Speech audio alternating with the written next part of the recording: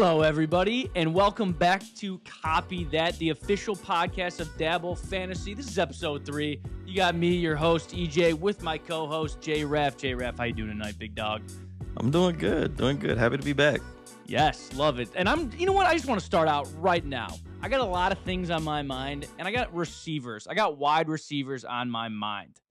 And that got me thinking, which college is wide receiver university? There's so many good receivers in the NFL right now, and I think there's 2 colleges that go toe-to-toe for wide receiver university. I'm not going to say mine. I want to hear yours first.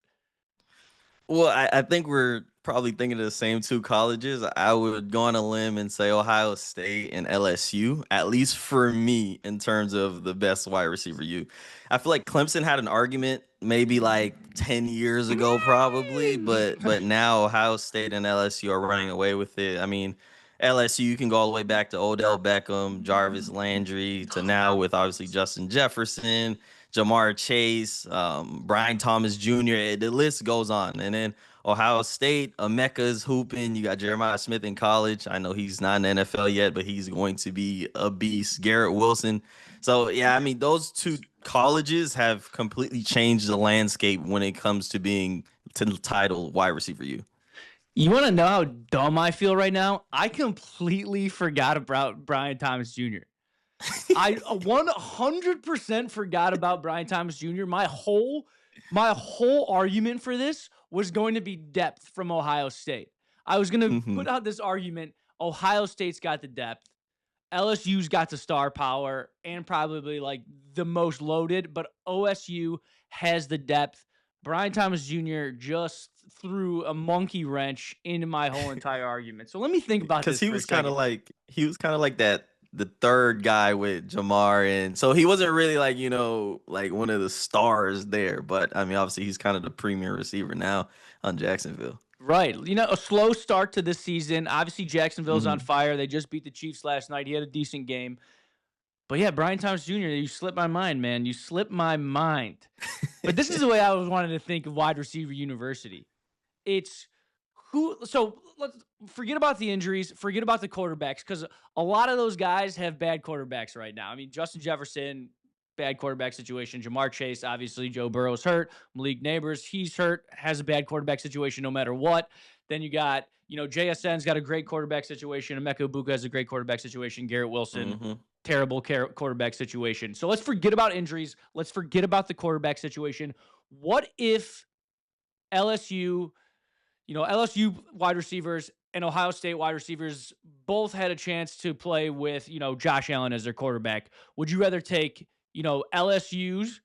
So you got Brian Thomas Jr., Malik Neighbors, Jamar Chase, and Justin Jefferson, or would you rather take Ohio State with JSN, Emeka Egbuka, Garrett Wilson, and then Chris Olave? People forget about Chris Olave, and Chris Olave actually is he's top 10 in receptions right now. So according to the NFL and my notes. So who would you rather take? And if the situation was perfect? I probably would say LSU's receivers, just off the strength of, I mean, they have the star power on the field, but just off the field, they're usually kind of the style. Like, they got all the style, they bring all the attention. The only con with them is they're probably more likely to be the divas than an Ohio State receiver. Yeah. But usually, like, they have the more explosive receivers, the more shifty receivers. I feel like the Ohio State receivers are more like, they're more fundamentally sound. They play the game the right way. Not saying LSU receivers don't, but, they're kind of the ones that, it's almost like in basketball, like a Kyrie that's just breaking people's ankles. Like those, that's how I look at them. Like they're those type of receivers. So I like those flashy receivers. So me personally, I'd probably go LSU receivers. Yeah. A lot of people might disagree with me on this one, but I want my star wide receivers to be divas. You know what I'm saying? I want the divas. Sure. I don't want like receivers who are, I don't want receivers who are team players. I want receivers who want the ball and who want to get in the end zone because that's their job. That's their job. For sure. 100%. So Amon-Ra St. Brown, no thank you. You're too good of a blocker. You're too good of a teammate. You're not a diva enough. No thank you. I need you to get mad if you don't get 10 targets a game. Yes. I need you to get upset. Yeah. Give me some drama. Give me some divas because in a way, you know that they care, but in a way, you know they want to be the best. So I want the divas. And before you brought up Brian Thomas Jr., I was all in on Ohio State because I was like, all right, Ohio State's got more depth. You can only, they got 5 good wide receivers in the NFL right now, or Mhm. 4. LSU's got 2 because Malik Neighbors is hurt, but then there's Brian Yeah. Thomas Jr. So I'd have to go with LSU right now. But man, no other colleges come close. There's no other wide receiver U. It's Yeah. it's strictly like I know people like to say Alabama, but like I mean Julio Jones. Well, he's not in the league anymore, obviously, but like Devontae Yeah, they Smith, like come on, a couple Robbie. years ago, maybe Jerry Judy, Yeah, like a yeah, couple years Jerry ago. Judy, yeah. Yeah. CeeDee Jalen Lamb. Oh Waddle. shit, CeeDee Lamb too. Uh, Yeah. Wait, CeeDee Lamb went to Oklahoma, right? He went to Oklahoma. Yeah, never mind. Yeah, so Never they mind. they they're not even in that. They're not Bama, you're even in not even in that. the conversation. Not even in the Yeah. conversation. And Yeah. speaking of just wide receivers, Malik Neighbors injury, I drafted Malik Neighbors for my fantasy football team. And speaking of CeeDee Lamb as I'm well, I sorry. drafted both CeeDee Lamb and Malik Neighbors 1 and 2. Mhm. You could probably see where my season is going. I also drafted Brock Bowers at my 3rd pick. He hasn't been healthy all year. Oof. How before we get into me and I start venting, how's your fantasy football team looking like? It's an up and down kind of slope for me. I was 1-3 before going into Monday night's game, and now Stephon Diggs has a starting spot on my team as I picked him up on the Ooh, waiver wire right before this weekend let's started. go. Because Jamar Chase was my first pick, and Joe Burrow got hurt. Jake Browning hasn't been great. He did Mm-mm. give my guy some touches this past weekend, so we got him back on track. But the 2 people that have been hurting my team massively, and there were 2 of my top 3 picks, Derrick Henry and Mm. Alvin Kamara. Yeah. I don't know what's going on in Baltimore. I don't know why Derrick Henry doesn't have 30 touches a game, especially since Lamar Jackson is not at quarterback. I don't know what's going on. He had 8 yards in the first half. I almost lost it. And Alvin Kamara, you're on a bad Saints team. He's their best weapon. I don't understand why he doesn't get the ball every single play. You got to But get yes, Alvin Kamara's got to get traded. You're 100%. just hoping for that trade before the deadline. 100%, 100%. But Stephon Diggs carried me to a victory this past week, so I'll take it. I'm 2-3 now. We're in the middle of the pack, and I feel like my team. I have the players. It's just they just need to go back to playing how I know they can play, and we'll be just fine. Yeah, definitely. And 2-3 fantasy football. That's right where you want to be. That's right where you want to be. Mm-hmm. You're not worried. Me, on the other hand, this is possibly the worst luck one human being can have in fantasy football. Obviously, CeeDee Lamb, first overall pick. I think I had the 8th pick. First overall pick, or first round pick, 8th overall. CeeDee Lamb gets hurt. All right, out for 3 to 5 weeks. Who knows? Hopefully, he's back soon. Malik Neighbors out for the season. He was my 2nd overall pick. Brock Bowers, my 3rd overall pick. Just not the same guys playing hurt. So Yeah. that's not fun. And then I did get Amika Ibuka in like the 6th round. So that was, that's obviously 6th round. like some MVP style GM general manager of the Wow. year.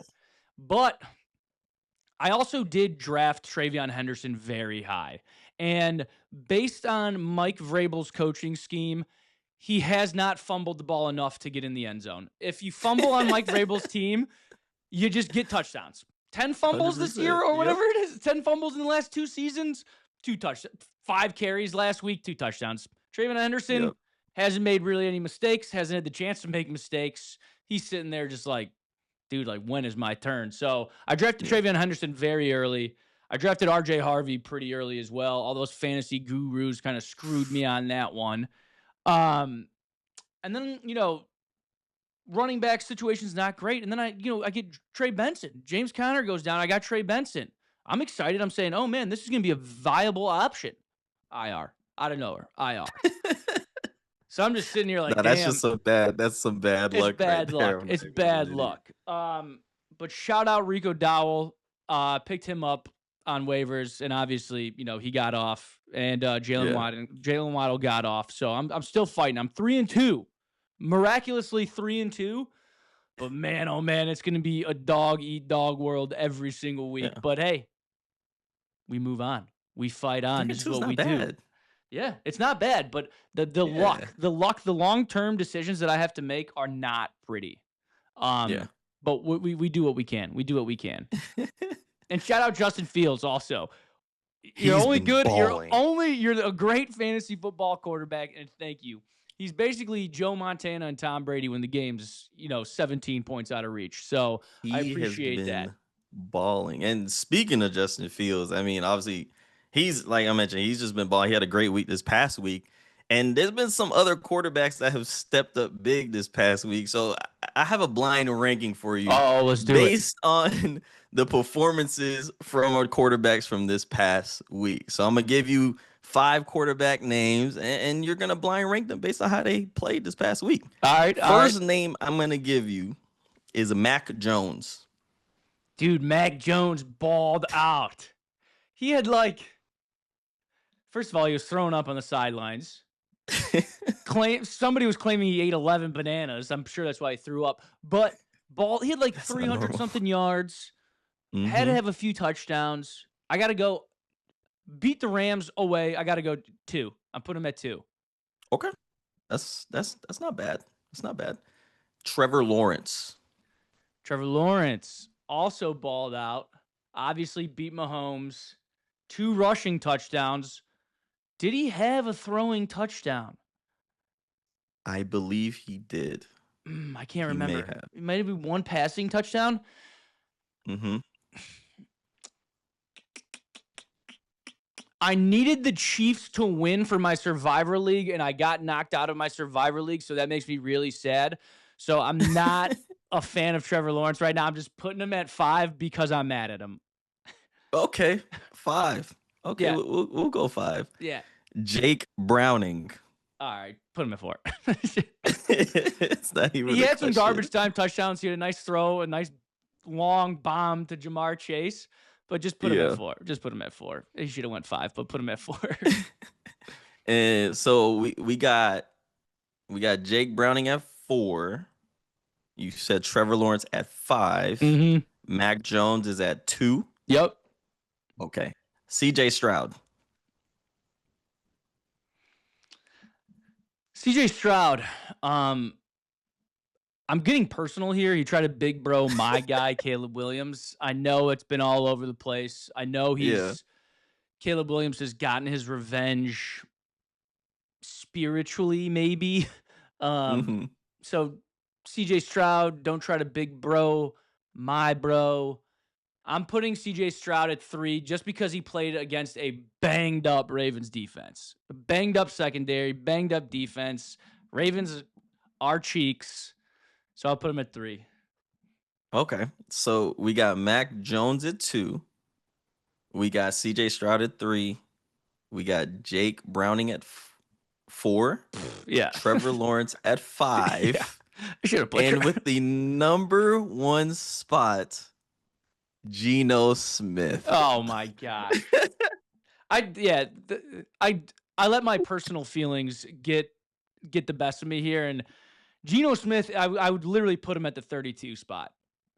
The dude is a walking interception. That's all he is just a walking interception. So Yeah, I was hoping you were gonna put Stroud at 1. I was like, let's just put Stroud at 1 here. What you said, Stroud at 3? I said, yeah, we got him. at the end Geno of at you number got me. 1. At the end of the day, Mac Jones should have went 1, but I whatever, man. I let my feelings. All I can think about is Caleb Williams. That's the only quarterback I Yeah. can think of. He's just in my brain. So Geno Smith, 32. Caleb Williams, number 1. Everybody else between, whatever. I actually do have one more for you. Yes. And I saw this on socials a little bit, and this comes up usually around every Super Bowl time, but I seen it a little bit earlier, kind of comparing like Mahomes and Tom Brady and the rings, MVPs.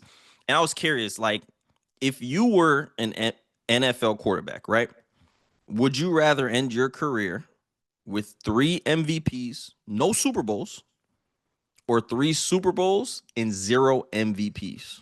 Oh, for me it's the Super Bowls. 3 Super Bowls. Okay. For sure. Listen, as much as you want to be recognized for being the best player in the league, because I do think that's cool. Like, you're the best player. And I know there's all this argument about, like, you can't claim you're the best player in the world when you're playing in basketball because there's guys in Europe and blah blah blah blah blah. And but in football, in American football, you are the best person in the world at what you do in the For sure. NFL. So being that is sick, but 3 Super Bowls, man. 3 Super Bowls. That's why you play the game. You play the game to win it all. And yeah, winning the MVP is fun. You could like celebrate with the boys, but when you win a Super Bowl, that's truly celebrating with the boys. You're celebrating with the whole entire city. There's nothing like winning a Super Bowl. I assume I'm a Bears fan. I haven't experienced yet, but I'm assuming there's nothing like winning the Super Bowl.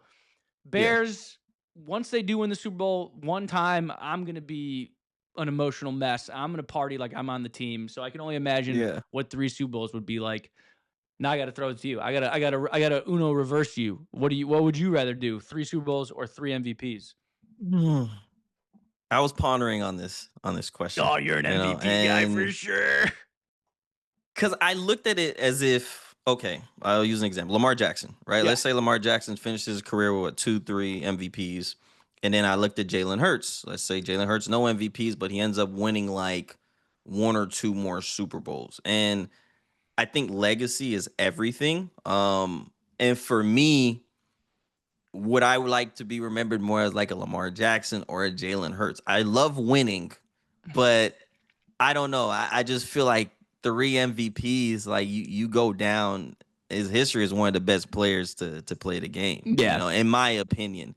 So that's kind of what I weighted with. So for me, I'm gonna go 3 MVPs. Yeah, that Because comparison that comparison was good. That was a good one. That one hit home a little bit. That was a good one. Both guys take their criticism, and now that like 100%. that was a really good comparison. So like that was like made me think. Like I went straight to basketball terms. So like Derrick Rose, obviously I'm a Chicago guy. Derrick Rose is my favorite, arguably my favorite athlete of all time. Hmm. He's the man. He's what, everything great about Chicago is in a human being. And he's got 1 MVP. Probably is going to be the first player in NBA history not to make the Hall of Fame that has 1 MVP. Crazy. Unfortunately. But Mhm. like then there's like Robert Ory, who's got like 10 championships.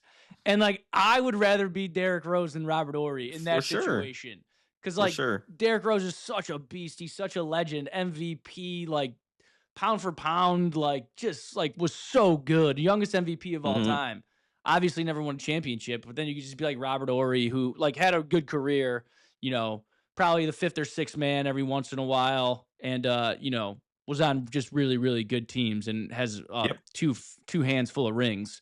Yep. So yeah, definitely in context, but I'm more of a ring man. But when you bring up Derrick Rose, I know it wasn't part of the question, but when you bring up Derrick Yeah. Rose, I got to ride with my guy D Rose. Yeah. And That's like D Rose or Derek Fisher, or if you want Allen Right. Iverson or Derek Fisher. Yeah, exactly. Exactly. Who do you want to kind of be remembered as? AI, Yeah, I baby. care about AI. winning, but for sure.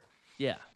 Well, AI that's just a whole different conversation. We could talk about AI Yeah, for he's about 10 different. hours. Yeah, he's different. Oh man. All right. I think we are about that time. I think it's time for me to eat some tacos. It's Taco Tuesday. And this episode of copy that.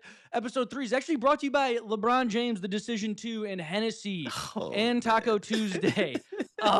That's a hell of an outro. I just came up with that off the top of my head. Thank you again, J Ref. You're the man. Everybody watching, we'll see you next time.